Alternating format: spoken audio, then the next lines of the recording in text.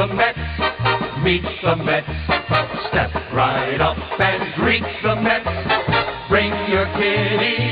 All right, you're probably wondering why we're playing Meet the Mets with a Fenway Park backdrop. Well, the two teams have a lot in common in that the Mets and Red Sox both finished a million games under 500 this year. They both finished out of the running in their respective divisions, and they're both major market teams with annual expectations that they will compete.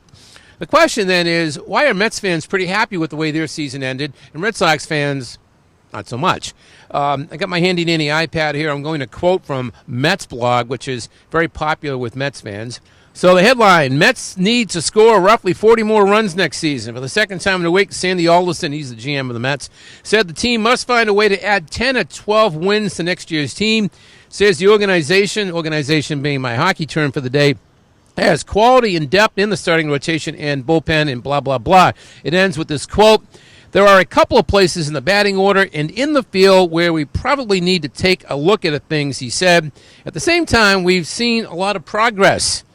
I'm very pleased. This is the general manager of the New York Mets. I'm very pleased with the way things ended this season. All right, so I know what you're saying. That's just the general manager of a sub-500 team putting a positive spin on things. So instead, we go to an alternate source. We go to the New York Times, and here's its take on the end of the Mets 2014 season.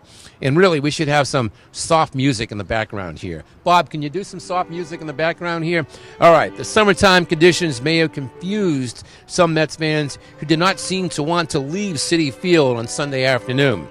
They waited as the players completed their post-game victory handshakes, and manager Terry Collins jogged out to center field to wave goodbye. Then they lingered in the parking lots. They wanted to see more baseball. These are Mets fans. Sub-500 team, 17 games out of first place. So the question is why are New York Mets fans so optimistic about 2015, whereas Red Sox fans, not so much? The answer is simple. The Mets had the building blocks in place this season for future greatness in 2015 and beyond. Jacob deGrom may be Rookie of the Year in 2014, could be a future Cy Young Award winner. And let's remember that Matt Harvey, a future ace, missed the entire season with injuries. So you look at the Mets, there are, again, building blocks. You look at the Red Sox, question marks, nothing but question marks. I ask you this question. Can you guarantee me that Xander Bogaerts is the opening day shortstop in 2015? Can you tell me who the opening day third baseman is in 2015? Can you tell me what the outfield looks like in 2015? And can you guarantee me that Christian Vasquez is behind the plate? Better yet, give me the Red Sox opening day starter. Is it Clay Buchholz? Is it somebody we'd never even thought of? Is it who? We don't know.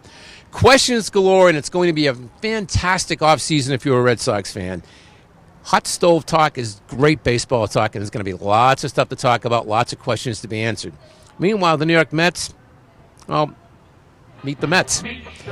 For the Herald Press Box with Bob Grime from Fenway Park, this is Steve Buckley. Right up and greet the Mets.